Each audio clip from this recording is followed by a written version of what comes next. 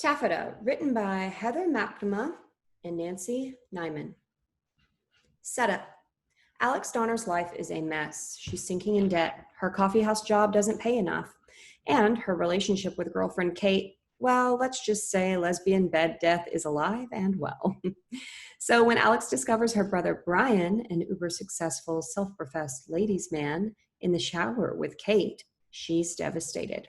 Kate and Brian confess they've been seeing each other for months. They profess their love for each other and decide to marry. Heartbroken, Alex flees to the loving support of her mother, Sharon, and stepdad, Dan. Except that they're beyond excited to hear Brian's finally settling down, and with Kate, who's so wonderful. Alex's mother bribes Alex into attending the couple's engagement party. Alex has brought along her best friend, Tiff, for moral support. Exterior Donner house, night. The house and yard are brightly lit. Jazz music emanates from inside, punctuated by moments of raucous laughter. The engagement party for Brian and Kate is in full swing. A sign out front reads, "Welcome to the Donner Party." Interior, Alex's car, continuous. Alex pulls into the driveway, Tiff riding shotgun. They watch as a well-dressed couple heads into the party. Please tell me you have something. Tiff rummages through her purse. When do I not have something? You have to be careful, though. It's some pretty strong shit. She pulls out a joint. Doobie doobie doo. Exterior, Donner house. A few minutes later, Alex is extremely high. She opens her car door and immediately falls out. Tiff tries her own door several times, but it won't budge. Alex laughs hysterically at this. Interior, Donner house, moments later. Brian and Kate get hugs and handshakes from party guests. Alex and Brian make eye contact.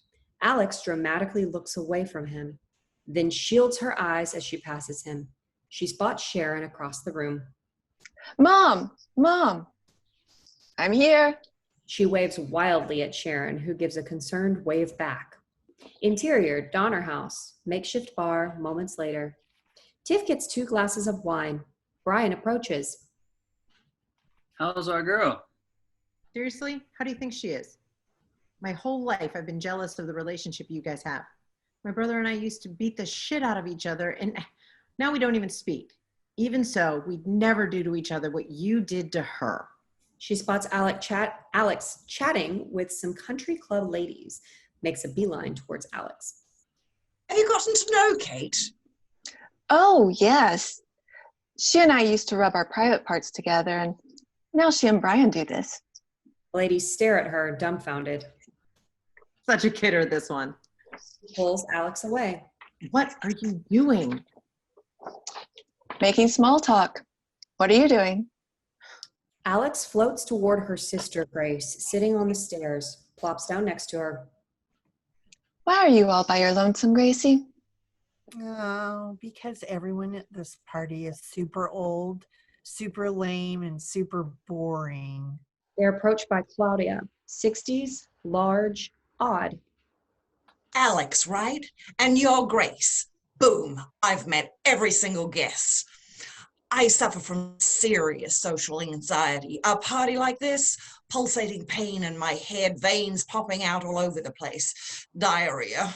To cope, I've made this little game for myself where I have to meet every person at a party, and if I fail, I have to shave my entire body. I'm Kate's aunt, Claudia. Technically her great aunt. If we want to get granular about it, I'm her ex-great-aunt-in-law. Kate and I have stayed in touch, even though her great-uncle and I went through a nasty divorce. I won't bore you with the details, but I'll leave you with this. If you can't tie a decent knot, what's the point? Another guest arrives at the party. Stupid latecomers. Excuse me. She goes. Finally, someone interesting. He gets up, follows Claudia. Alex sniffs the air. Gouda. He gets up, follows a server carrying a platter. She is immediately intercepted by Sharon. Hey, I was getting cheese. We have cheese in the kitchen. Interior Donner house, kitchen. Moments later, Sharon leads Alex into a bustling kitchen where catering staff prep platters and servers exit and enter. Private parts? You're talking about your private parts with guests. Not just mine. Kate's and Brian's too. What was I thinking? Insisting you come to this party. I should have known you'd make it about you. Alex spots a cheese platter, Oh, thank God. grabs a handful of cheese cubes, shoves them all into her mouth at once. She chews slowly, relishing in the flavor. Mm. What are you high? You're high. Alex, how could you? Alex gulps down the cheese. Because I'm sad, Mom. Makes Alex laugh really hard. I don't see what's funny. None of it's funny. Laughs harder. Sharon stares at her, dismayed. I promise you. I'm crying on the inside. Doubles over, hysterical. Please pull yourself together. I saw Brian naked, you know. This is a sobering thought. Never mind the rest of it. I saw my brother's junk. That's some damage. From now on, you will refrain from having any kind of conversation with anyone. In fact, for the rest of the party, you're in here. Fine. I'll guard the cheese.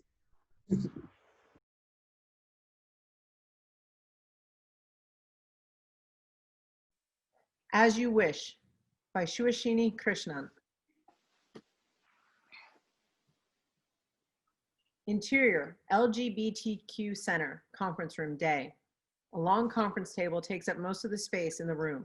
Pictures of people, pride events, community parties, etc. line all the walls except for one, where a large whiteboard hangs. Genesis stands in front of the whiteboard, staring at Ravi.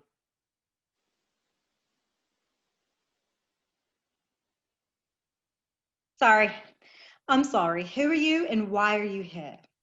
Ravi, Mita's best friend. And who is Mita? I think it's better if we just wait for them. Right.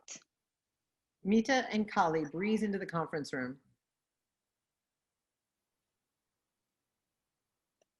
Callie, can you? She's not Callie, I'm Callie. Genesis looks at Kali, irritation creeping into her features. What do you mean you're Callie? Is this some elaborate bit you lot have put together? You know how I feel about pranks. I don't find any of this amusing. Come on, don't make me do the thing. Fine. In college, after Christine Lim broke up with you, you drank an entire bottle of NyQuil, and we had to walk around East Village for 3 hours to make sure you stayed awake. At your 21st birthday party, you decided to invent a drink called Genius Genesis that was equal parts Everclear vodka and a Yellowtail Cabernet, and then you spent the rest of the night convinced you were vomiting up blood. Oh, and while you like to claim you've never slept with a dude because it ups your lesbian street cred, at that same birthday party, you did have a one-off with Chad Gilman and said his dick looked like a banana that jumped off Williamsburg Bridge, survived, and then tried to get back up to do it again. There is a long, uncomfortable silence. Genesis snaps back into the conversation brightly. Okay, so you're Callie. Next. Mita and Ravi sit, stunned. Please don't do that to me. I believe you. Montage. Genesis fixes Mita's purse to help her walk more like Kali, pushes her butt in, Mita blushes, Genesis notices. Ravi, putting a plate full of Indian takeout in front of Kali, handing her flashcards to study. She throws the flashcards in his face, trying to hide her embarrassment. Mita and Kali show each other the Facebook pictures of their families. Mita and Kali swap purses and phones. Back to scene. Have to go to dinner with Vedant and his family tonight. Celebrate the engagement. What do I need to know about him? He is Callie, black hair. He's an anesthesiologist, 35. Next, you'll tell me he has hands and feet. How long have you known this guy? We've met twice now. You're gonna marry a guy you don't even know? Ravi and Mita exchange a look that Genesis picks up on. Tradition is important to my mother. Well, I'm pretty equipped to do a subpar impersonation of you. I'll do my best also. And Jen and I will be here, providing an almost useless amount of help. Correct. Interior, LGBTQ Center, main area, later. Mita walks along the wall, intently focused on every picture of every person pinned to a bulletin board. People of all genders and ethnicities, both young and old, happy and sad, exhausted and full of life, line the boards, history, and love evident in all of the imagery. Genesis exits the conference room, watching Mita pore over the pictures as if this is the closest she'll ever get to heaven. Never been in one of these, have you? Mita jumps at the intrusion. No, of course not. Genesis raises a poised eyebrow. I'm so sorry. I didn't mean to offend. Are you? I am. Mita, envious of Genesis's ease, relaxes. No one in my family is. I've just never known anyone who was. Mita can't get the words out. Gay? Yes. I promise you, we fancy ourselves just as fascinating as the rest of humanity does, but are in fact as terribly boring.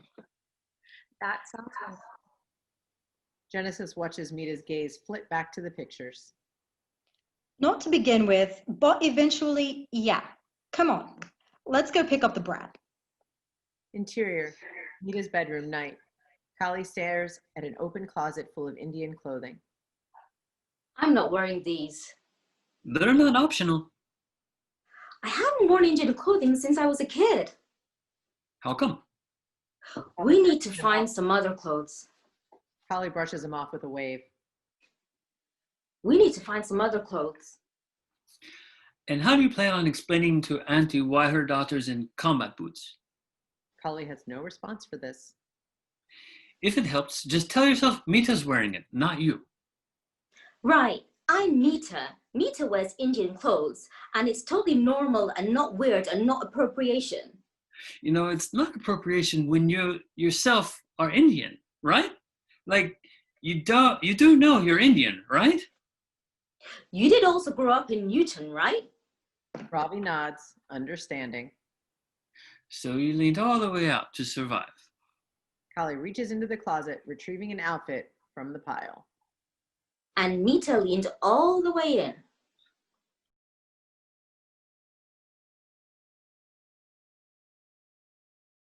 Body Parts by Ryan Simantel. Interior apartment, day. Stephen tries to wrap the torn wig around his head, folding layers over layers in an attempt to secure it. Suddenly, his mom, dad, and sister Taylor bust in. Stephen! Stephen jumps back. Mom, Dad! Oh my God! It's Grandma's 90th birthday! I totally forgot. Stephen's roommate, Chris, pops out of his room. Hi, Mrs. Johnson. You got a new wig? Oh, honey, they make much more natural looking ones than that these days. Stephen's a woman now. Oh, honey. Stephen's stretched out bra, now barely holding on to the plastic breast forms inside of it, hangs just below his nipples. Well, if you're a woman now, you're flashing us. No, I'm not. Or maybe I am. I don't know. Stephen continues to cover and uncover his nipples. He eventually rips off the bra and wig and throws on a t-shirt and shorts. That studio, we need to know these things for ratings. I'm pretty sure the sex scene you just had would make it in an R. Sex scene? What sex scene? I met this guy. Oh, honey, that's so nice. As a woman? Stephen holds up the bra and wig. Well, if this is a woman, then yes. Plastic breasts fall out.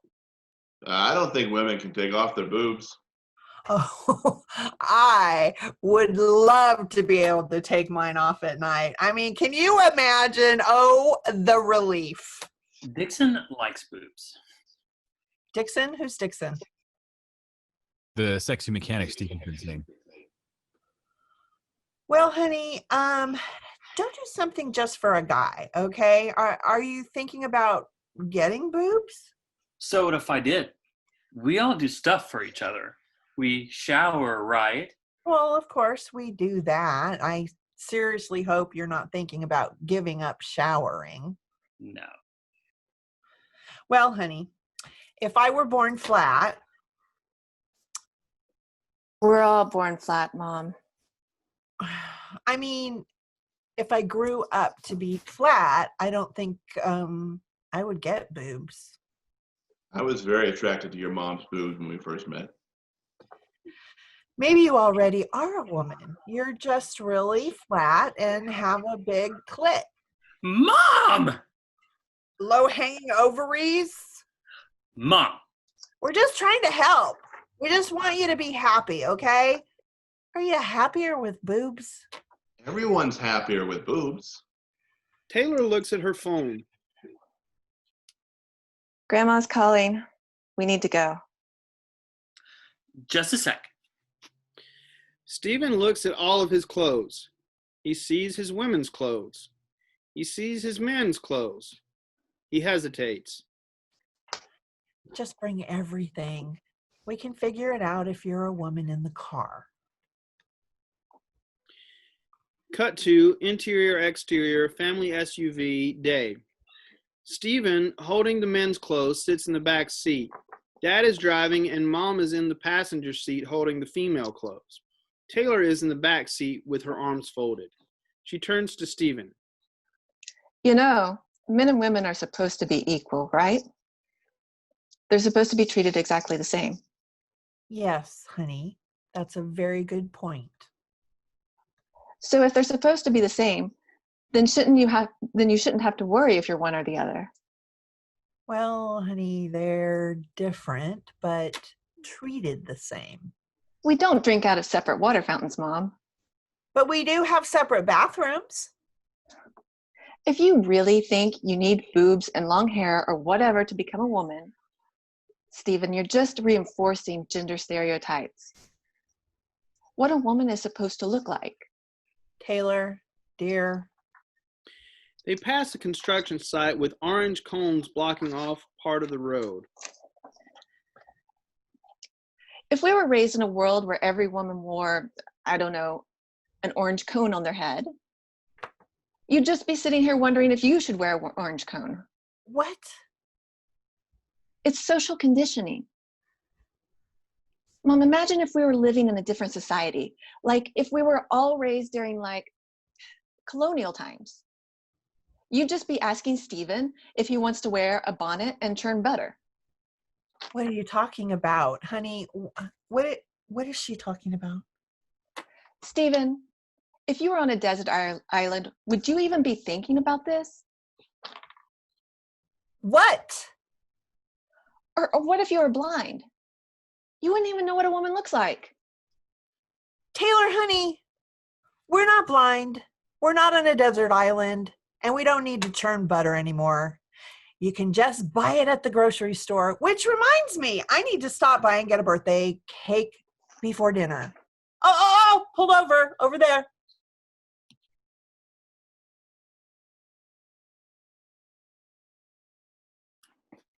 Internal, another dive bar. Later, Tarvis, in a much better mood, slouches with Will at the bar. I was not expecting that. Everything for the worst? I don't mean that. You made it to Hollywood, didn't you? So there's got to be skill there. Left the open mic too early, perhaps. I didn't expect the connection, really, to your song and lyrics and all. I've been there myself. Tarvis is pleasantly surprised. That simmering eye contact, speaking the same language. Something's a brewing. Well, that's good to hear. Was in an fuck it mood tonight. Hadn't planned to do it. Gotta stay mainstream, right? Yeah, I get it. I mean, there seems to be almost a shame these days in it. Almost? To be honest, and I hope you don't take this the wrong way, why do you play a place like that? Where else? Not much for a guy just starting out. Sometimes I think I should have gone to New York first. I'm surprised you haven't tried places like Haven? That a gay bar? No, on Wilshire. I do the booking. Oh, sign me up. It's a church. A what? A church, but like a cool church. A cool church? Yeah, it's very progressive. You know, not like old and stuffy. There's less Bible and more music. Everyone comes for the music. I mean, it's a nice sized crowd at that. Tarvis' interest suddenly peaks. They'd really get you. I mean, you should come at least for Christmas. Check it out, since you're, away from home. Tarvis's eyes drop. Gets lost in thought. Snaps out of it. I am a sucker for Christmas songs. Hey, you keep your kings to yourself there, buddy. Smiles locked. Something's definitely brewing. Internal Havens Church Hall, Christmas Day. Music pumping, Radio Shack dance lights, a smoke machine. Jesse B. Cooper, 30s, one-man boy band, 90s fashion victim, pleather, performs on stage, backup dancers, it's so bad. I love him. Yes, I love him. No shame in your name. But the modern and mixed congregation love it. All are styled more for a gaudy LA night out, getting down while praising up. Holy Hollywood. With you I stand, Jesus. You are my man. Tarvis, in a bad attempt at his Sunday best, sits in the back watching. He looks sick to his stomach, full regret. Oh, fuck. Offering plate passes by. He keeps it moving without a blink. Happy birthday, my main man. Yeah, Jesus. Tarvis sneaks an exit, but the big ovation gives him pause. Pastor Wayne, 40s, takes the stage. Tinted glasses, glossy suit, spiky hair. A desperate to be hip ham. Jesse B. Cooper, everybody. New CD out on Capitol Records. Almost at the entrance, Tarvis stops again, turns around now. Oh. Tarvis is hypnotized by the roars Cooper gets from the crowd. Let's all sing Glory to God. Church band starts the sing-along. Tarvis attempts a final exit, but Will enters from a nearby side door. Tarvis, man, you made it. Will gives him a warm, loving hug. Tarvis forgets his panic. I was getting worried. Where's your guitar? You go next.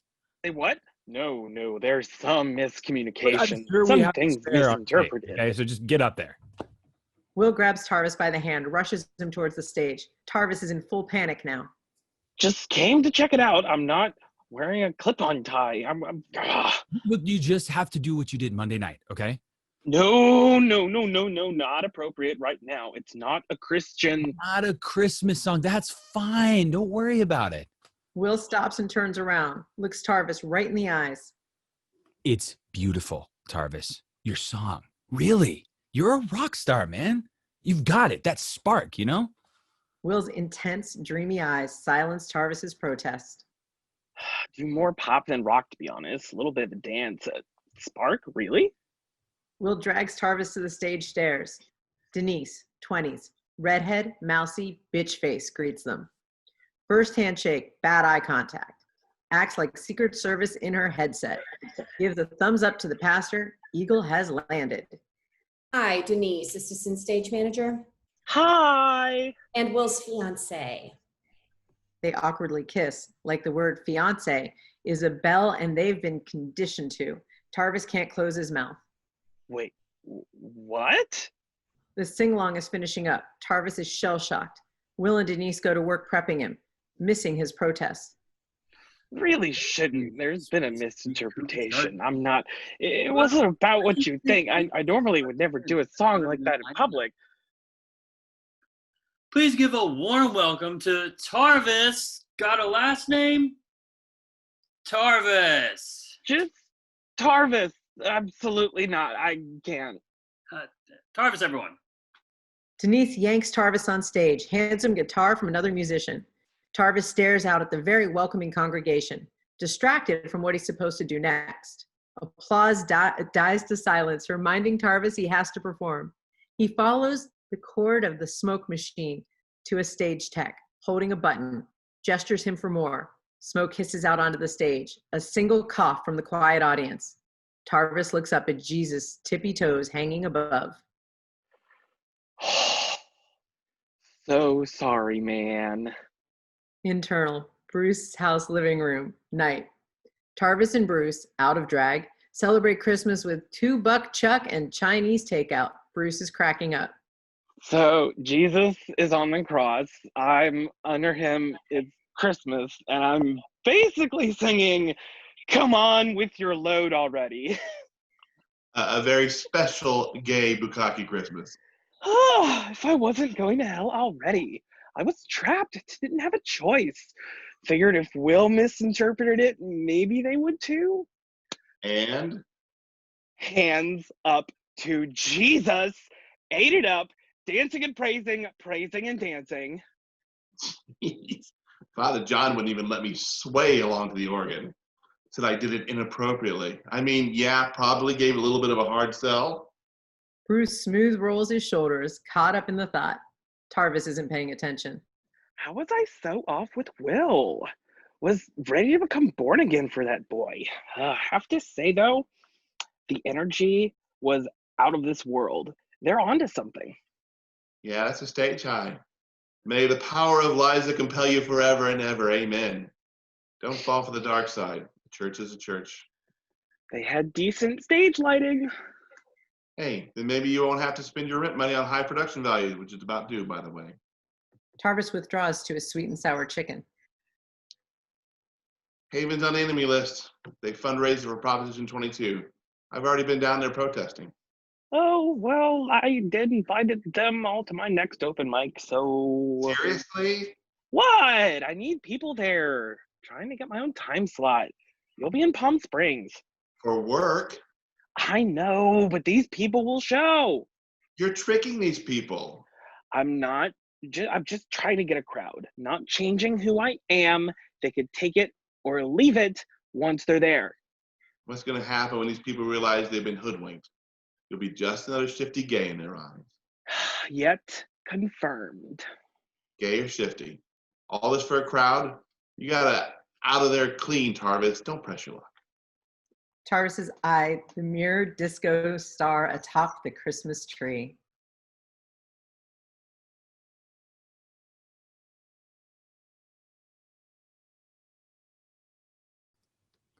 Not My Emergency by Matt Conlin. Interior ambulance moving. Night. Paramedics Quinn and Brian drive along. I don't know how to pronounce that. Leviathan. A Leviathan? Leviathan? Yeah, that's right. Okay.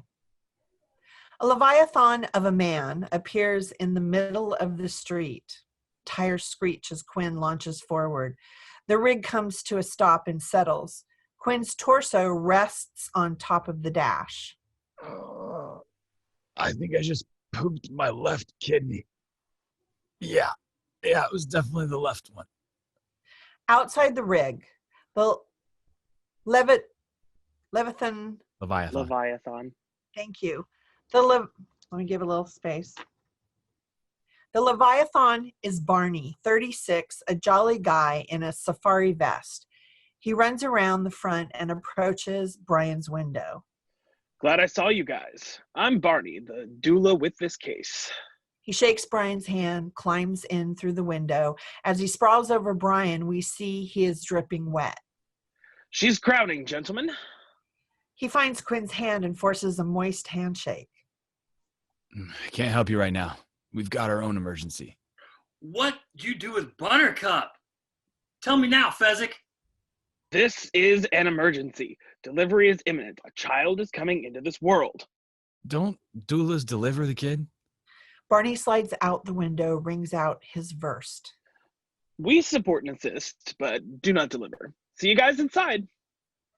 Barney scampers away from the ambulance. You ever hear of a male doula? I don't believe in magic. There's no time for this. It doesn't get our drugs back. It doesn't get back our drugs. No, it don't. Quinn sighs and motions for Brian to turn the rig around. When Buttercup tumbled after Wesley, do you think it was true love? Or do you think she was maybe trying to get rid of Humperdinck Jr.? Both. Princess Bride was so good. is good. Nah, I really do think it was true love. Only good reason to do anything, I guess, right? Brian shrugs and begins to pull around the rig. Interior, Andrew and Cindy's living room night. LOTR, Star Trek, and other memorabilia decorate the space. An inflatable kids pool is in the center of the room. In the water, Barney coaches Cindy, 35, on her breathing. She is remarkably pregnant. Her white dress billows in the pool as she hyperventilates. Brian and Quinn slog their bags through the front door. It's Narnia. We made it. Andrew, 38, her husband, scampers toward Quinn. My wife is having a home water birth. There is a baby. She has a baby. Andrew wears New Balance shoes for purpose, not fashion. Man, we can get this done, but we need you out of the water. Contractions ensue. Andrew slinks off to another room. Barney's safari vest floats in the water as he coaches. Big breath, Cinders. My child is having a gentle entrance into this world. We want the birthing pond. The contractions demand a water birth as she wails. It's not a pond. It's a Walmart bathtub. Definitely not a pond. Compromise, Cinders. We really don't have time. Andrew bolts into the room with an antique crossbow. There is a plan. We have a structure. There is a baby in her. Take charge, Andrew. A crossbow? Andrew flails with the weapon as he shouts orders. Take the baby out of her. Quinn mouths, take the baby out? Brian turns to Quinn. I hate water. This is your journey. Quinn disrobes. His physique is a tiny step above the type of guy that wears a shirt during sex. Get in the fucking pool. Brian mimics Andrew's panic perfectly. Get in the fucking pool! But in all seriousness, we have other patients and we have shit to... Quinn reveals elaborate, form-fitting underwear. I had no idea. I like to treat myself.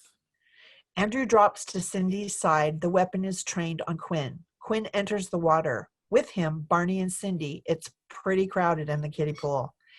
It was weird a minute ago. Now it's just fucking bizarre. The water adds an unflattering sheen to Quinn's body. You look like David Beckham.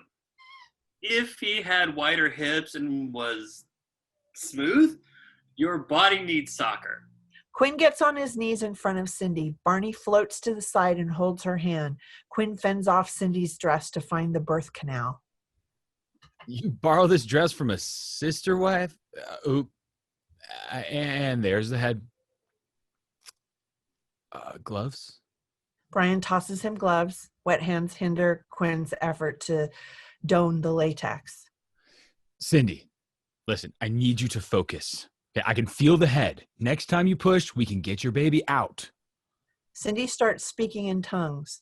Brian sneaks behind Andrew. Andrew, Barney, Cindy, and even Brian breathe in unison as they brace for contractions. Brian stretches out one of his quads and whack! He fires a roundhouse kick to Andrew's liver. The blow sends the crossbow to the floor. Brian snatches the weapon and fires it at the wall. The arrow falls limply along with Andrew as he wheezes. It's not real. We cosplay. Cindy yells. The pool begins to turn crimson with the birth. Barney takes notice and tosses his safari vest aside. We're being nice, and you threaten us with a crossbow. I'm keeping this for the next Renaissance Fair. Quinn lifts a baby boy out of the water and wipes him off. After a few seconds, he lets out a cry. How about that? Quinn cradles the baby, looks down, a smile forms. Cindy appears to glow as she looks upon Quinn. So beautiful. I promise we'll never leave you, son. Really? Cindy scrunches her face. That wasn't meant for Quinn. Shit. My baby, how is he? He's perfect. The cord is still attached. Asshole. Quinn snaps out of it. Oh, yeah. Yeah. You want to cut the... Oh, I have a katana. Absolutely not. Not appropriate, Andy. You just sit this one out, okay? Quinn cuts the cord and continues to stare at the baby. I think this is the best thing I've ever done. Thank you. Give me my fucking baby. Quinn stammers and begins to hand over the child. Right. Okay, Sanders, skin to skin, and congratulations. Quinn smiles. He's covered in afterbirth. She looks apprehensively at Brian.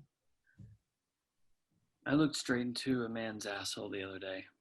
I used to think it was the fulcrum of the human experience. I was wrong. Congrats! He's a good-looking kid. Brian grabs a blanket and holds it over Cindy. Quinn places the baby on her breast. He watches the child nurse, makes sure it latches appropriately. Good. Quinn stands in his underwear, shimmering and covered in afterbirth. He addresses the new parents as earnestly as one can in his current state of undress. That kid needs you. You have to be there for him. You guys, do a good job. Whatever you are right now, be better. Don't ruin him. Barney puts his free hand up to shh Quinn away. Strong work, Blues Traveler. He gives Barney an afterbirth slathered high five and stumbles out of the pool.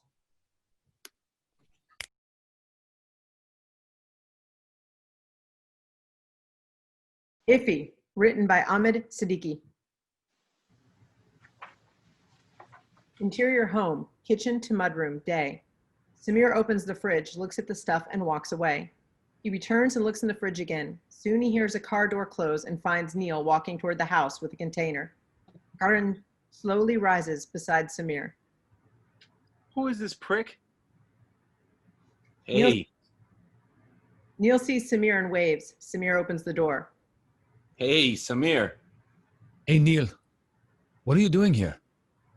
I wanted to come and see how you were doing. David gave me your address. I hope that's okay. It's no problem. I'm sorry I didn't come sooner. I've been working late, for the last 3 weeks. I hope he gave you a raise. Oh, no.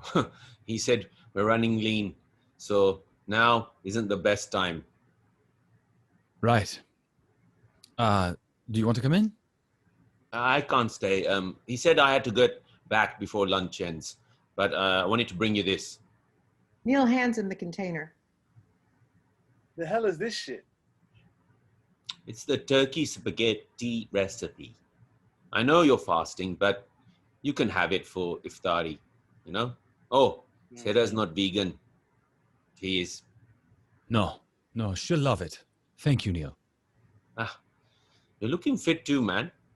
Good job. Thanks. Well, if you need anything, you can call me. You know that, all right? Yeah, I appreciate that. Good. I'll talk to you soon, my friend. Neil quietly leaves as Samir closes the door, and we hear Samir put the food in the fridge while Karan watches.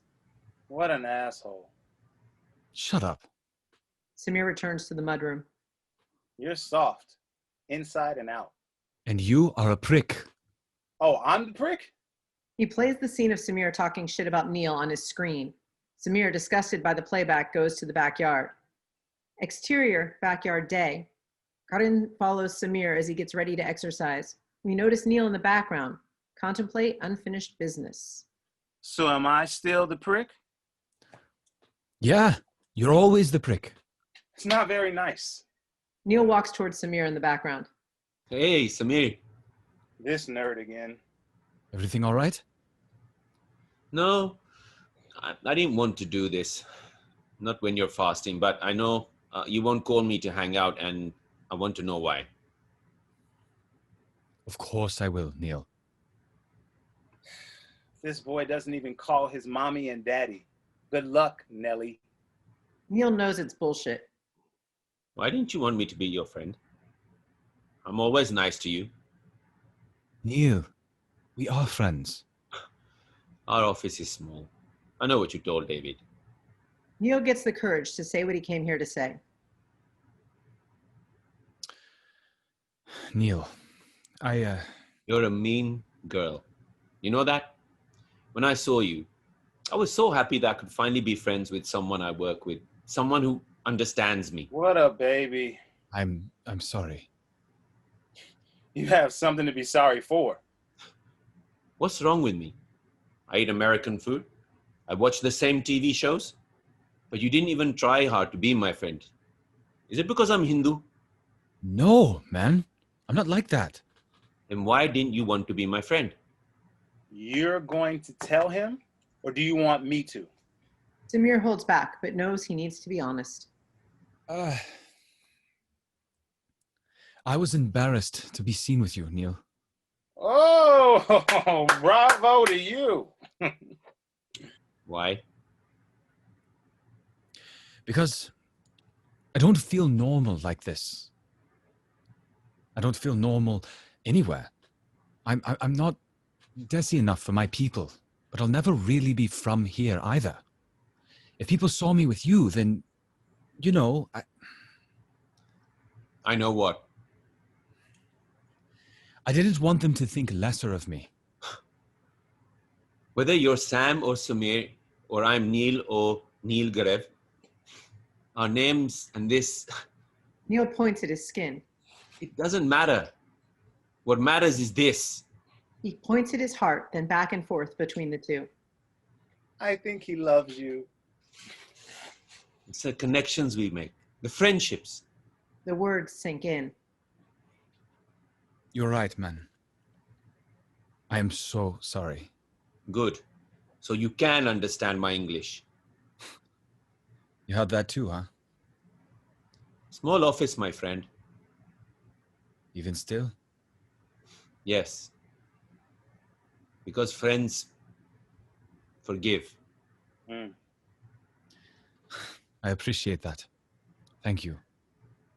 I have to get back. I'll call you. I hope you do. Will. Neil walks back to his car. Samir talks and walks with Karan, who disappears out of frame. Neil starts his car. See, I can not be a prick. It requires some kicking and screaming, but... Karen. He looks around and catches Neil wave goodbye from his car as he reverses. Karan sits up in the back seat, raises a gun, and shoots Neil. Blood explodes on the windshield. What the fuck? Samir runs inside, locks the door, and we see Karan methodically walk toward the house. He flicks his wrist.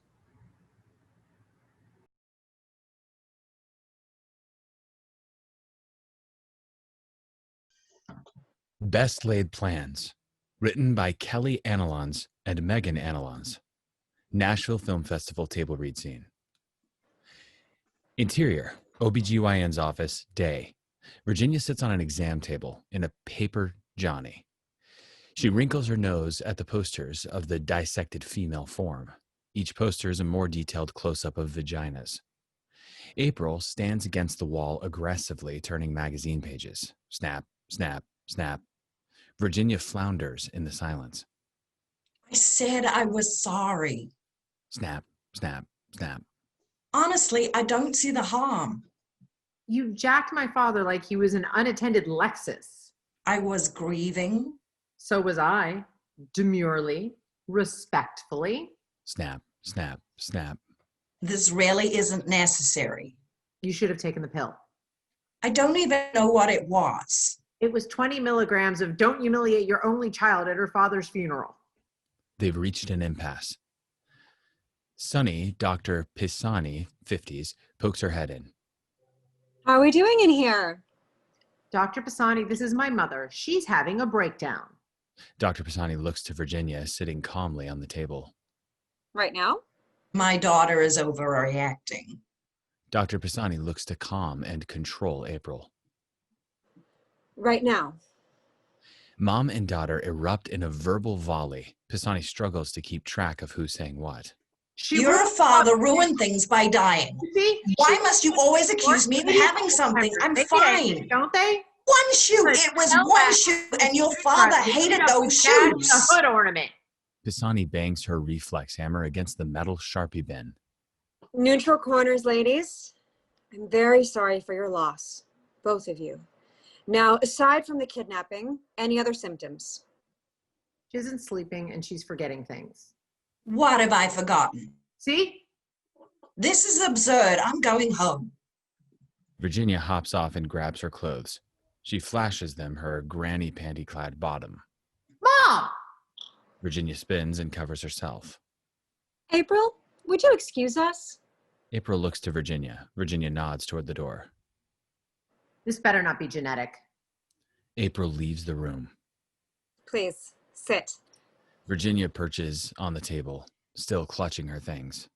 I really am fine. Under the circumstances, it's perfectly okay not to be fine. As a matter of fact, it's okay under most circumstances. I haven't been sleeping or eating. These are all temporary challenges. Grief. That one is a lifelong condition. This really isn't helping. What you need is a reliable coping mechanism. I told April I don't want pills. No pills. I'm talking about nature's relaxant. Are you sexually active? My husband just died. You only had intercourse with him? I don't cheat on my husband. I mean, do you masturbate? I don't need that. No one needs wine either, but I still enjoy a glass from time to time. Orgasms are a wonderful way to counteract anxiety. I'm not anxious. So casket stealing is a hobby? Virginia has no answer for that one. Despite the rigid fears of Western religions, humans have been using masturbation for centuries to combat grief and loneliness. Self-pleasure is shown to improve overall mental and physical health.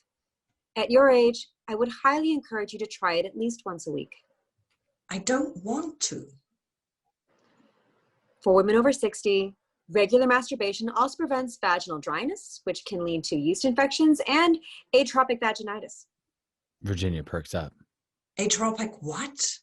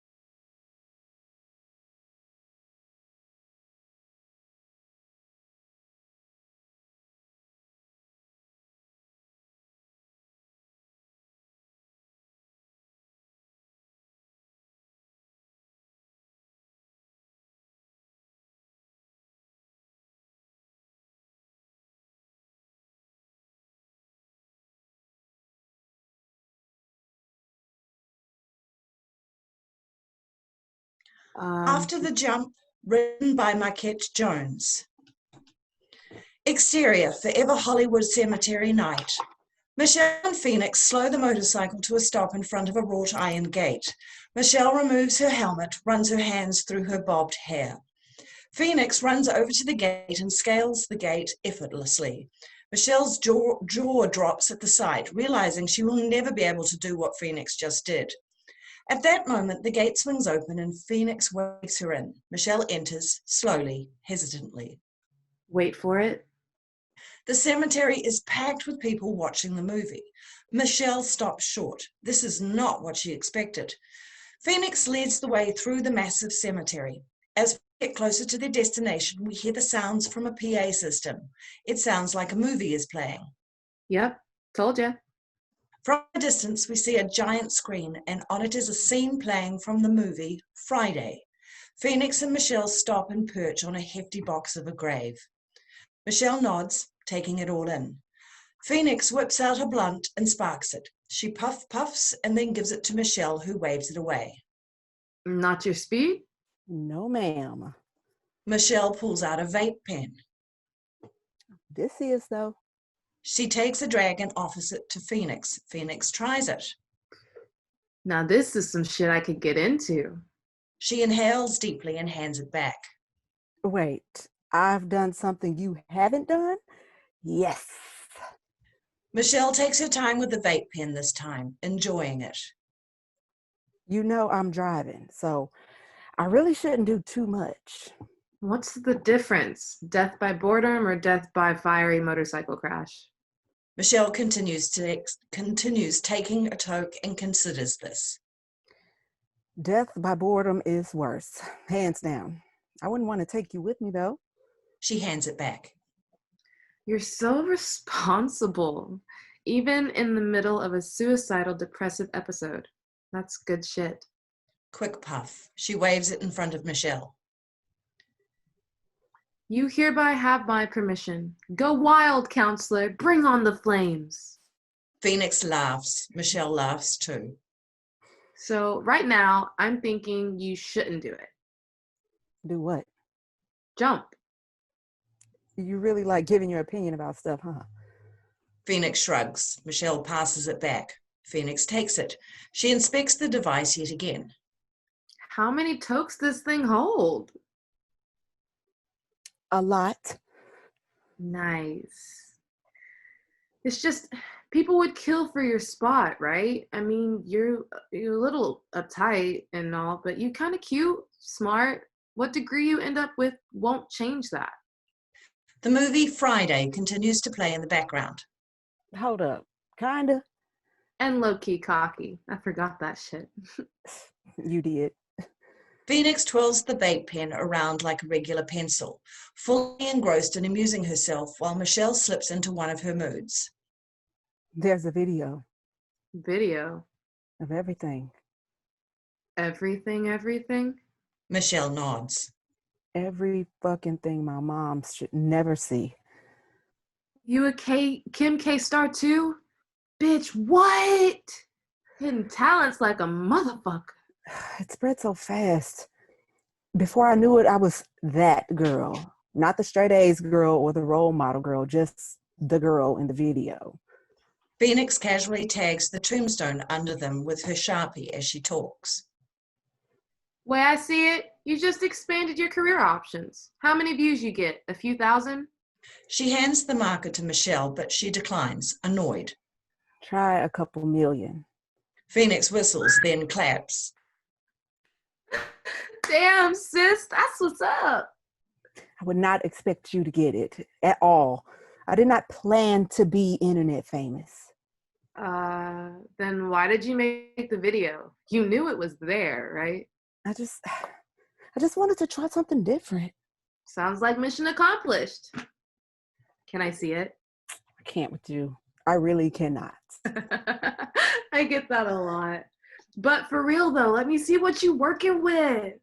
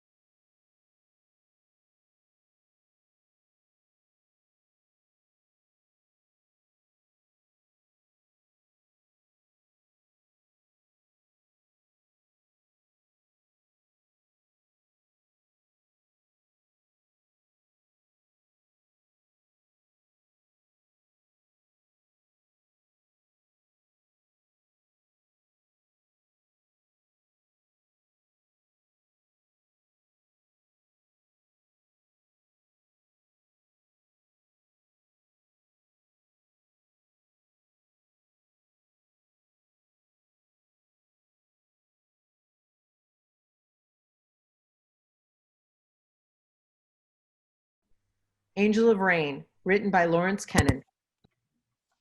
Exterior, Federal Building, day. A large crowd is protesting outside the Federal Building. Ollie is on stage with a Caucasian civil rights activist. We see Mike and Bud intertwined in the crowd. What do we want? Justice. Justice! When do we want it? Now! Next, we have a good friend of the movement, leader of the Lighthouse Mosque in East Oakland, and a strong voice for social change, Imam Ali. Uncle Sam is a bully. That's what he is. He wants to spread democracy to the Middle East. But we don't even have democracy in America. That's right. All we have is hypocrisy. Crowd cheers. Mike is mesmerized by the voice of Ali. Let us learn from the struggles of the 60s, when the FBI dismantled the civil rights movement. In the crowd, undercover FBI agents take pictures of Ali. Exterior, outside Federal Building, later. Ali is side stage, shaking hands with attendees. Bud and Mike approach Ali. This is my best friend, Mike. Brother Mike, thanks for coming out. Thanks for dropping the science. That was deep. I agree with everything you said. You need young soldiers like you and Bud, spiritual warriors. The youth are the heart of the movement. Mike and Imam Ali stare at each other deeply. The conversation is interrupted by a reporter. Bill Husted with the Chronicle. May I ask you a few questions? No problem. Just one moment. We're having an event at the mosque next Saturday. Maybe you guys can come by and we can talk some more. We will be there. Inshallah, baraka lafik. Mike is impressed with Bud's Arabic vocabulary. Other reporters show up to get a statement from Ali. Bud has a Kool-Aid smile. When Bud is happy, Mike is happy. Exterior, outside Federal Building. Short while later, Mike and Bud march with protest signs amongst the crowd. No justice, no peace. Interior, Joan's house, living room, day. Joan, Mike's mom, 40s, attractive badass with a sailor's mouth, and Gramps, 60s, disabled, proud war veteran, sit in the living room watching TV. Gramps snacks on roasted almonds. I mean, he's never been a scholar, but I never thought I'd see a report card this bad. Throws the report card on the table. 2 Fs, 3 Ds, and 1 B+ in art. I mean, you have to work really hard to be this bad in school. Ugh. Gramps pours a glass of bourbon. Well, they gotta be in art. That's promising. Mike walks in the front door, returning from the rally. Hey, Bucko, how was the rally? It was awesome. Hundreds of people out there. I met this Muslim guy. He's like a modern day Malcolm X. Mike plops down on the couch and grabs a handful of roasted almonds, stuffs them all in his mouth at once. What's the score? A's up, 6-4, bottom of the 6th. They ought to just hit a 2-run homer. Yes! Hey, mister, we need to talk about these grades of yours. Mike's happy face disappears. I mean, 2 Fs, really, Mike? It's like you're not even trying. School's a waste. Just a tool society uses to brainwash people and to weed out the so-called talented 10th. Well, how do you plan to get into good colleges with these grades? I'm not going to college. Excuse me? What? So I can graduate on the government $100 grand for a fake education, then spend the next 10 years of my life trying to pay it off with interest? The whole thing's a scam. I'm good. Thanks. Joanne is completely astounded. She looks at Gramps for support. Gramps continues to stare at the TV screen with an amused smirk on his face. Well, if you think you're going to hang around here and be a professional loser like your dad, you better think again. Mike looks at his mom with disappointment, jumps up from the couch, and walks to his bedroom. I really hope you have a master plan, homeboy, because the clock is ticking. Tick, tick. You hear me? Interior, Mike's bedroom, moments later. Mike makes music on his drum machine, headphones on. Gramps enters the room, sits down on the bed next to Mike. How's the rap gig coming along? It's okay. I came in 5th place at the talent show last week. They want me to change up my style. Bullshit. Some people can't appreciate originality. That's all. Gramps, can I ask you something? Anything. You know that. You regret joining the Marines? Well, if I had it all to do again, would I make the same decision? Maybe, maybe not. But I'll tell you one thing. I have no regrets for listening to my heart and doing what I felt at the time, deep down in my bones, was the right thing to do. We see Gramps' amputated leg. Mike stares at Gramps in admiration. So, I might never become the field goal kicker for the 49ers. But hey, I turned out all right. I still get to hang out with cool dudes like you. Gramps puts on the headphones. Now let me hear your latest hit. Interior, Mercy Hospital, emergency unit, day. A stretcher rolls into the emergency unit. We see Bud on the stretcher with oxygen tubes attached to him. As he is rolled through the double doors, Dr. Chan approaches Bud's mom. Your son is experiencing serious complications associated with his sickle cell anemia.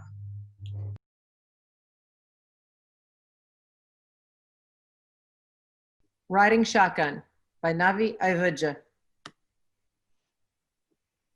Interior, Josie's house, laundry room, night. It's a small room in the basement, almost the size of a closet, with an aged washer and dryer. Sounds of Josie having sex in an upstairs resonate above as Naeem loads a bag of laundry. He throws in some detergent before closing its lid and presses a button. Naeem sighs as the machine revs up. The two sounds mix together. The sex is still louder. Interior, Josie's house, Lilac's bedroom, same. The moaning sounds distract Lilac as she tries to do homework. She takes off her headphones, defeated. Interior, Josie's house, Josie's bedroom, night. A mirror with lines of cocaine and other drug paraphernalia lay on the bedroom dresser. Josie and Billy Ray are going at it, doggy style. Interior, Josie's house, kitchen, night. Sex noises follow Lilac into the kitchen. Lilac grabs a can of beer from the fridge and opens it. She takes a swig. She looks outside the kitchen window and sees Naeem, reclining in his Honda Accord. Interior, Naeem's car, night. Naeem sits in the driver's seat with his eyes closed. A harsh light hits his face as Lilac opens the passenger door. Lilac sits down and closes the door behind her, which makes the light turn off. Naeem opens his eyes. Lilac takes a swig from her beer and offers the other can to Naeem. Naeem, perplexed, refuses Lilac's offer.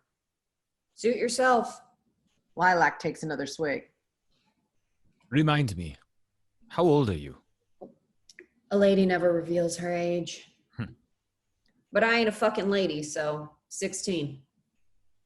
You shouldn't be drinking alcohol, Layak. Well, you shouldn't be committing marriage fraud with an American citizen just so you can stay in the country legally, right? I didn't think so. I was just trying to... Trying to what? You're not my father. You may have fooled immigration, but you are not fooling me. Naeem, defeated, closes his eyes and goes back to his reclining position. Lilac looks at the light coming out of Josie's window. How long do you think... What? Naeem looks towards where Lilac is looking. To be honest, I don't give a shit. Is that what grown-ups do? Not give a shit? Pretty much, yeah.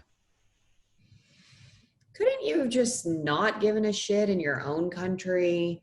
I mean, I must say, you came an awful long distance here to just not give a shit. Well, there was a time when I used to give a shit. Then, the shit hit the fan. Next thing I know, I was covered in it. The shit, I mean. Gross. Ever since then, I try to stay as far away from that shit as possible. From inside of the car, the sounds of sex are subdued, but still audible. You picked a very shitty family for a person trying to get away from shit. That's why I do what I do. To get away from all this. In my truck. Alone. Lilac gets the message. But instead of leaving, she reclines her seat as well, getting even more comfortable. Where do you go to? What? What do you mean? With your truck. I don't know. Anywhere?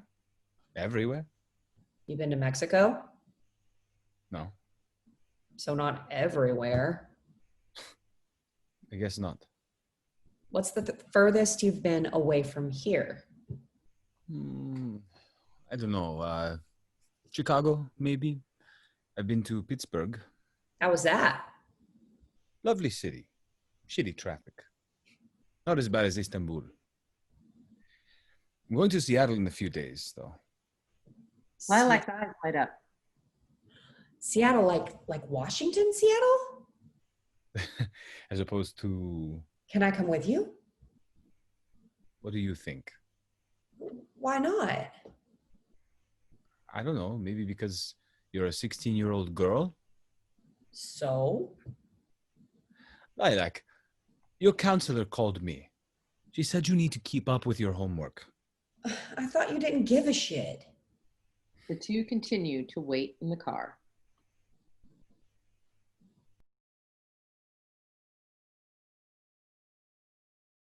Over black, super, this is not a comedy.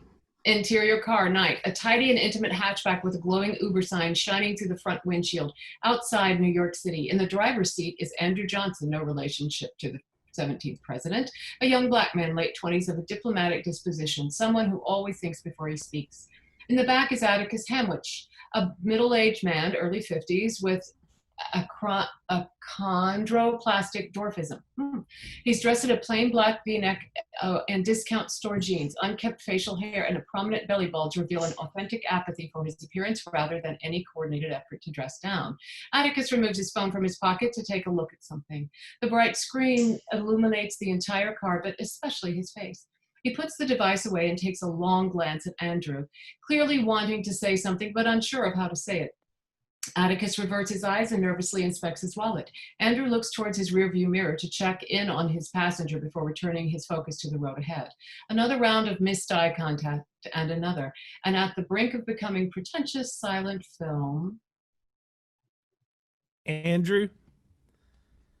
That's your name, right? Andrew, yeah. Well, I'm really sorry, Andrew, but I'm pretty sure I'll be shitting in your car tonight. And I just wanted to let you know I can pay you $1,200 in case that happens. Okay. But wouldn't that incentivize me to not get you to a bathroom? Then I'll give you double that if you get me home in time. But kid, I'm dead serious. I don't know how much longer I can hold it. Andrew realizes that his passenger isn't kidding and takes to the wheel with newfound urgency. Atticus begins to squirm with increasing restlessness. Look, I'm going to pull onto the canal and look for any places that are still open. Don't. I don't have the energy to argue with some cashier about buying something first. Just keep going. Atticus takes out his phone and calls someone. Robert, can you hold an elevator for me? I'm 5 minutes away from having the worst diarrhea of my life. The seconds are really going to count here. Please. No, I don't need a wheelchair, but send someone up to unlock my door. Atticus rises out of his seat and yells out in pain. Next comes the sweating, and then he finally settles down somewhat. You all right back there? I think some of the shit and gas just went back up my intestine, but it'll be back soon. How much longer? 3 minutes if we don't hit any lights. After a lull in conversation. You know, I'm usually pretty responsible with my IBS. IBS? Irritable bowel syndrome. I get these cramps, which usually I can walk off, but fuck, I think it's starting up again. Atticus tries to find a position that will allow him to keep his colon clenched. He finds one and sticks to it. There's no traffic on the GPS. Just hang in there. It's 3 more minutes. Still? I'm already 20 over the limit. Holy shit. I'll pay for any fucking speeding tickets. He starts groaning, louder and more frequent, a crescendo before an eventual decrescendo, another respite. Atticus readjusts his seating. So if we make it, just wait at the curb for a few minutes. I'll be quick. It's diarrhea. And then I'll come down with the check. No, it's fine. You sure? Yes. Well, I'll still give you the cash. No, I can't. I'm too big a fan. I've seen all of your specials. Then I'll get you a ticket to my show on Friday. It's at the Beacon Theater. That would be crazy, but Oh God, it's coming back. And I think there's more this time. How much longer, kid? How much longer? just another minute, half a minute. We're almost there. Atticus is now violently convulsing in the back seat, the scatological equivalent of the scene in Reservoir Dogs when Mr. Orange is bleeding out in Mr. White's car. Atticus reaches out for Andrew's hand. Andrew doesn't notice at first, but grabs it when he does. You're gonna make it, man. You're gonna make it. Just say it with me. I don't think I'm gonna make it. I already see your building. You're going to fucking make it. Atticus is no longer verbal. Tears begin to flow. Andrew releases Atticus' hand, but he returns to the wheel and whips the car off the main road and onto the porte cochere of the Atticus's apartment building. The car grinds to a stop. Atticus? Atticus has stopped crying. Andrew turns around to investigate and sees his passenger staring ashamedly back at him. Did it go back up again? It hits him. Andrew turns back around and collects himself. A steady mechanical hum as all four windows start slowly coming down.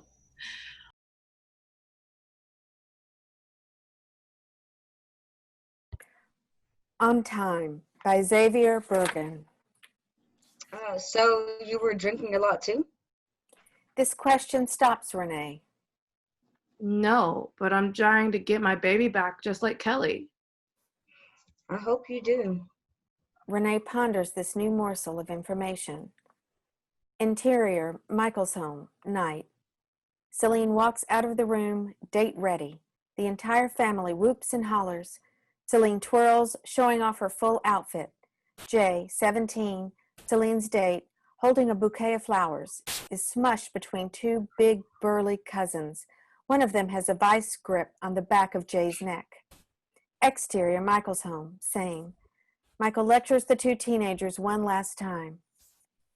The minute the movie's done, you bring her back, understand? Yes, ma'am. And keep them legs locked. Mom!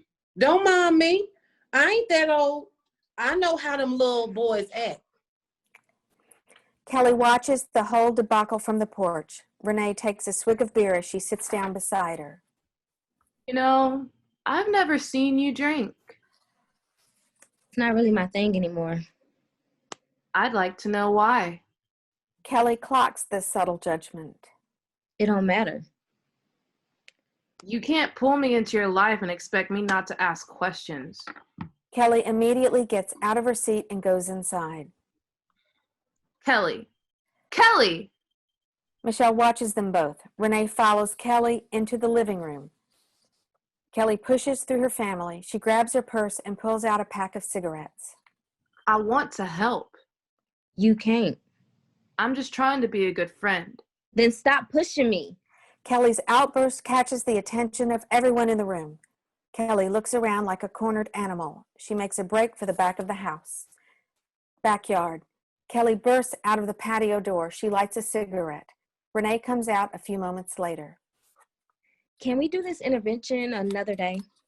It isn't an intervention if I don't know the problem. I lost my kid. I'm gonna be a little fucked in the head, okay? But what actually happened? She damn near killed him. That's what happened. Renee and Kelly turn back to see Michelle standing outside. So this is just shit on Kelly Day, ain't it?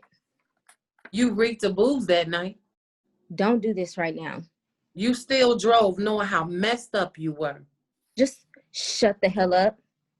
Who you think you talking to? I'm the one who got you out of that.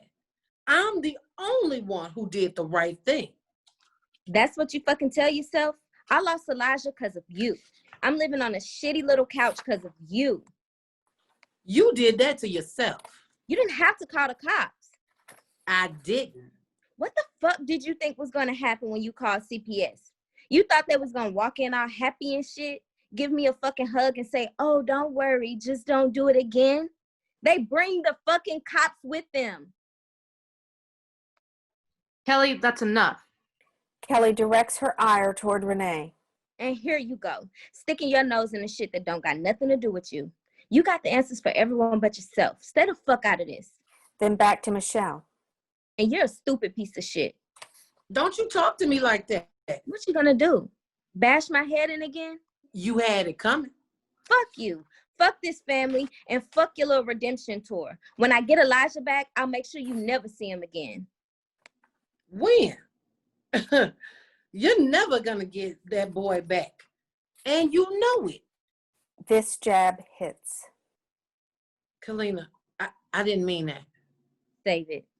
Kelly looks up to see the folks from inside the house are watching what is happening. She turns to Renee. You happy, Renee?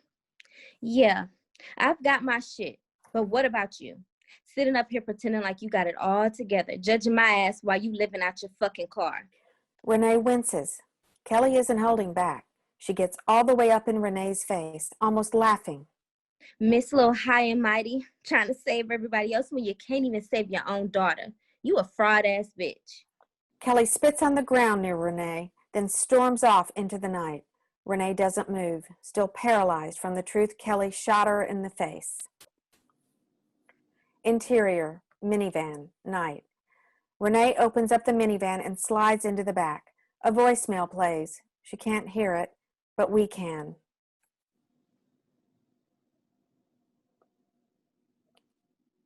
You need to call me when you get this. They've got me paying child support to the state now.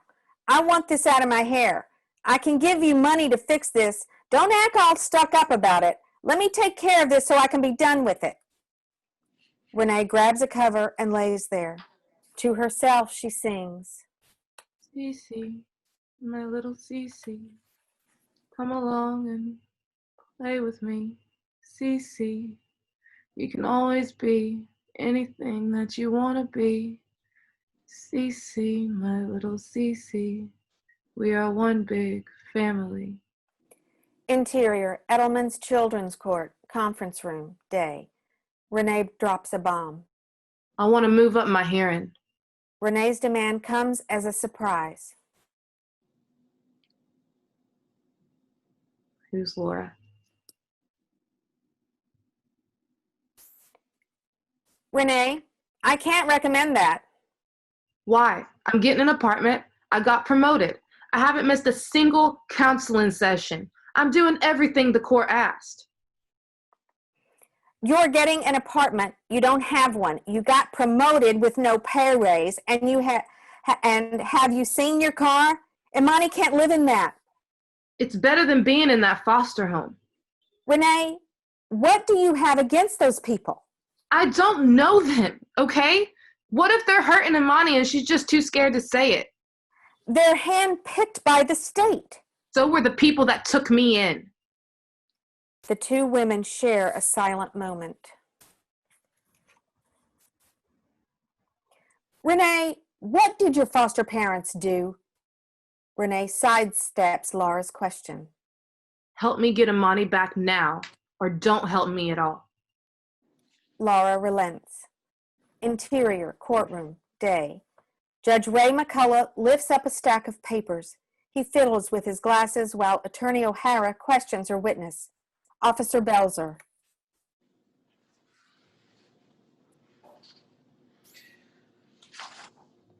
We were first notified of the child in the car around 2:40 p.m. She was unattended and unsupervised. And how did you find the minor? She was frightened and sweating. What did you do then? We deemed the child was in imminent danger and took action. Thank you. Laura stands up from her seat.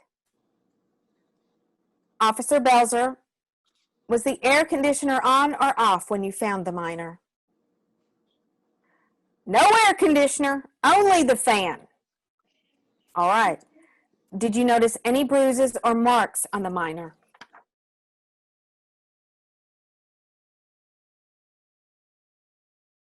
Stealing Stewart by Susan Feingold.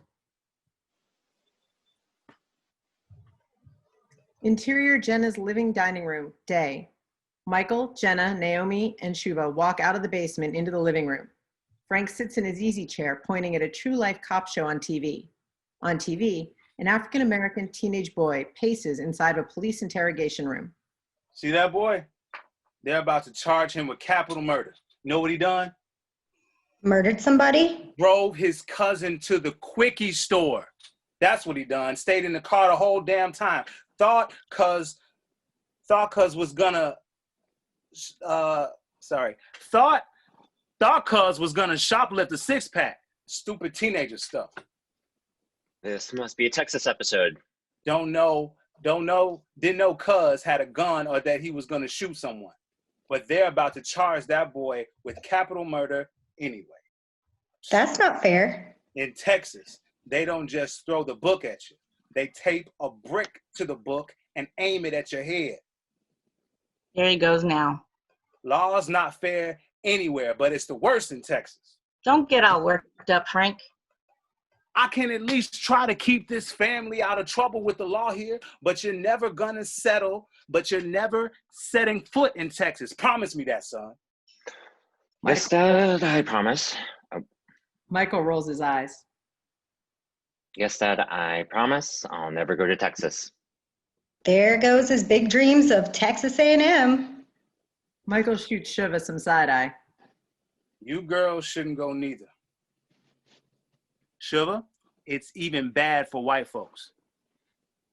You sure you don't want to stay for dinner, honey? No, I need to go home to bid on more jobs. Janine hands Shiva a paper plate of food wrapped in tinfoil. All right, then. Here you go. Thanks, Mrs. Weaver. A scratch is heard coming from behind the closed basement door.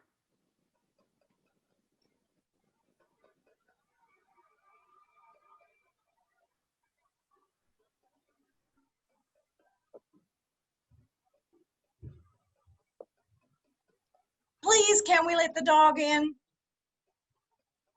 I don't want a dog up here where we live. He might have fleas. Listen to your mother. We don't want no fleas on our ass. He doesn't have fleas. I'm not taking any chances. Interior, Shiva's bedroom, night. Shiva scrolls through jobs on freelancealot.com. A text message pops up on her screen. Text on laptop screen, IT Johnny, answer the call. A telephone symbol appears on Shiva's laptop screen, along with the sound of an old-fashioned ringing phone. Shiva clicks on the phone symbol and joins a video conference chat. The screen divides into thirds, and on screen, we see Sanvi, 50s, female Indian, gray hair. Pradesh, 35, male Indian, balding, homely. And on it, 25, male Indian, very overweight. All three are sitting at desks in their individual homes in Hyderabad, India, where it is early morning. All have Indian English accents. Confused, Shiva looks at each of them. Wait, which one of you is IT Johnny? We are all Johnny, my dear. I'm Sanvi. I'm Pratush. You are very young, miss. Some may try to take advantage of a young girl. You're going to scare her, dumb fellow. I'm on it. People will not be hiring someone as young as you. Don't feel bad, my dear. People will not be hiring older women either. Believe me, I tried. But I need money. I can code. Auntie, I'm wanting the food. If you're needing success, it is imperative to use a different photo. Preferably a man's photo. Would you like me to be sending you a photo you can use? Sure, I guess. Two of Pratush's young children run through the room, chasing each other in the background. And don't use your good name. For the best results, be picking a man's name. What if I use my dog's name, Stewart? That would be good, my dear. You think I'll get some jobs then? Because my mother won't let me keep my dog unless I start paying some rent too. On it, Pratush and Sanvi look alarmed. Having children paying the rent an American thing? Don't be stupid, junk fellow. None of the American pictures show young girls to be paying of the rent. It's not American. I just have a crap mother. Oh dear. Having a crap mother is very, very bad. What about your father or your other relations? I don't have a father or anyone. It's just me and my mother. Maybe we can help. We can be helping more, my dear. Yes, maybe we could. I concur. We can be sending you one of our small jobs, but we must check your work to ensure it is satisfactory. That would be great. Tomorrow is Saturday, so I can work on it all day except for dance class. Dancing is very nice, my dear, but do you concentrate on your studies? It is important to work hard so you can go to university, especially if you have a crap mother. Yes. If you want us to help you, you must do well in your studies. Stewart sniffs the screen. Yes, I do well in my studies. Stewart says thanks. All right. Goodbye, my dear. Smiling, Shiva logs off, yawns and gets ready for bed. Turns out the light. Interior Shiva's living room, late night. Katrina is passed out on the couch. Earl shakes her shoulder to see if she wakes up. She doesn't. He finishes off the last swig in his bottle, leans over and yells in Katrina's ear.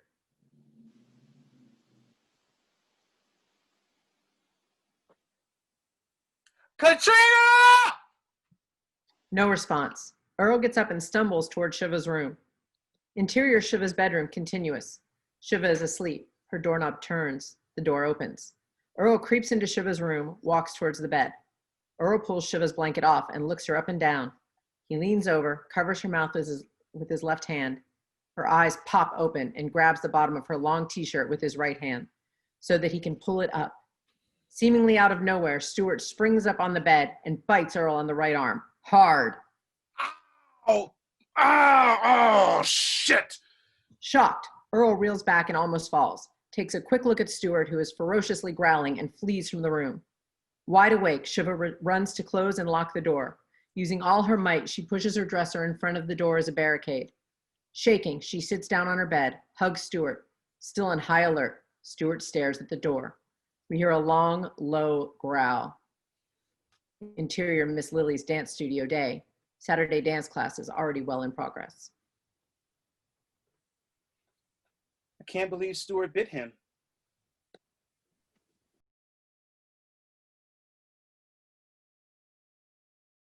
Rollaway, written by Tom McIntire. Interior, Russell's new bedroom, night. Russell sits on the floor. He pushes the door closed with his foot with just the right force to have it click softly as it shuts. Russell selects a number on his phone. Interior, Joey's bedroom, night. Joey, in a pair of boxer briefs, sits on the end of the bed. Joey's wife rolls over to face the other way. Russell, geez, it's 3 a.m. Begin intercut phone conversation. Oh, sorry. Forgot the time difference. I heard about your mom. Sorry. It's not your fault. How's Ida? Better now that we're back in the house. They only found fentanyl traces in my room in the hallway. You all right? Not really. You know she was sick, right? Addiction's an illness. Fuck that. That mouth. You know why you spend so much time at our place? The far superior food? Your mom was going to meetings. Yeah, book club with wine, cheese, and heroin. Go to bed, Russell. I'll call on you Saturday. And intercut phone conversation. Interior, Russell's new bedroom, continuous. Russell places the phone on his desk. He climbs into bed and turns off the light.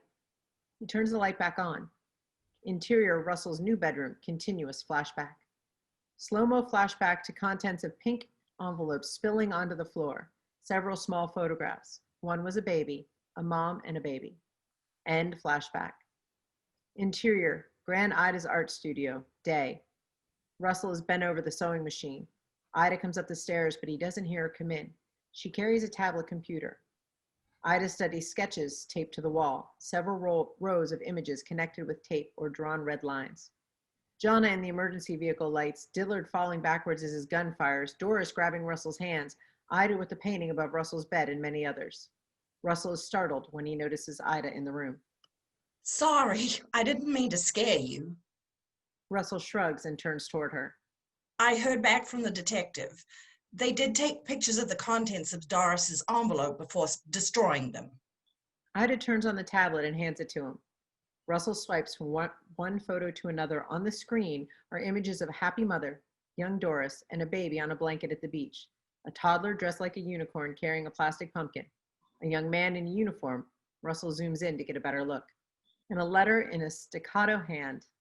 Russell zooms in on the letter.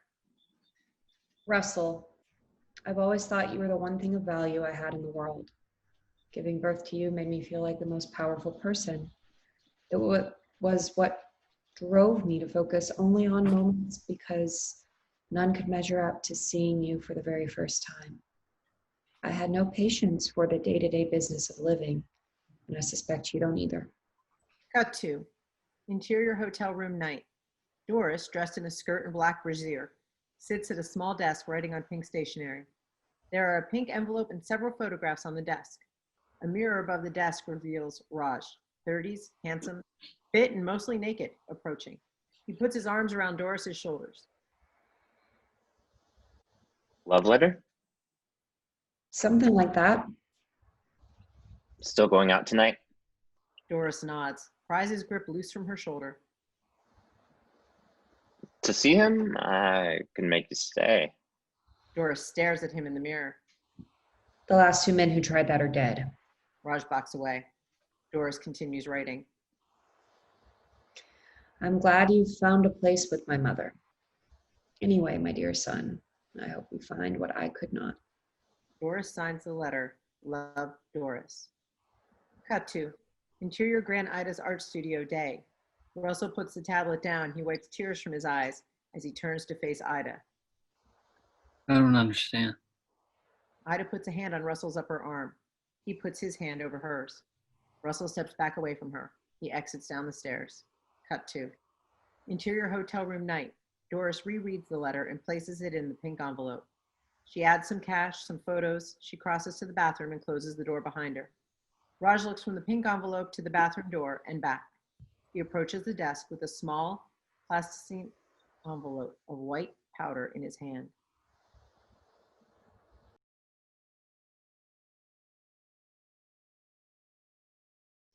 The Traditional Plan by Alyson Titkemyer. Interior game room, evening. Sam, Jill, and Bo are in the middle of an intense foosball game. Christmas music plays in the background. Jill and Sam are playing on one side, spinning the players as hard as they can, but still losing. Bo celebrates as another ball flies through the tiny goal. It's not fair. The side of the table is warped. Jill tries to spin a sticky foosball stick. Bo scores again. Jill puts a foosball into the slot. This time she puts a spin on it. Bo hits the ball and smacks Sam in the head. Sam rubs her head and goes to pick up the ball. Why do you do that? You know that happens every single time. It doesn't happen every time. Jill leans into Sam and pushes her. Sam puts the ball back in the slot and Bo scores immediately. Rigged. Damn it. Damn table. Bo feigns shock. Pastor, are you allowed to say that? I didn't say God damn it. Sam smiles. Bo looks at Jill. It's weird to be friends with you now. The group rotates positions mechanically, as if they've been playing this way their whole life. Jill takes her place now, playing against Bo and Sam. It's not that weird. You guys could have become ministers if you wanted. Bo scoffs. Sam smiles. Well, Sam couldn't be because she's a raging homo. Sam nervously smiles at Bo, then secretly looks at Jill. And I couldn't be one because I'm unwilling to give up sex. What sex are you having? It's theoretical, okay? Get off my back. The group smiles. Interior, Sam's bedroom continued. Sam looks out on her childhood bed. Jill sits next to her, looking over an old yearbook. Do you think Lloyd knew he was gay? Do you think he got laid? He knew he was gay. Jill puts the yearbook down and thinks. Whether he acknowledged it publicly or, had sex, it's hard to say. It was such a different time back then. Was it that different?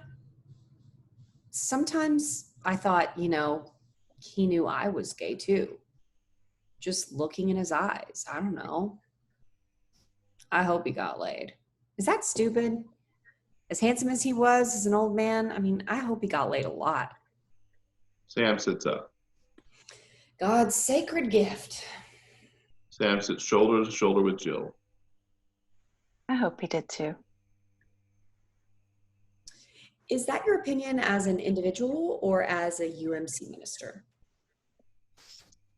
You're bitter. I get it. Have faith. Things are going to change, though. When? What do you do in the meantime? What is faith, anyway? Jill picks the yearbook back up and flips to a page. Did you see the picture of us on page 14? Sam leans over Jill's shoulder. In the yearbook, there's a picture of them at a camp event, their arms around each other's shoulders, underneath the photo and type, best friends. That's us. Jill gazes at Sam. Sam catches her looking at her. Exterior, Jill's house continued. Sam and Jill stand halfway between their houses. They hug goodbye. The hug is long.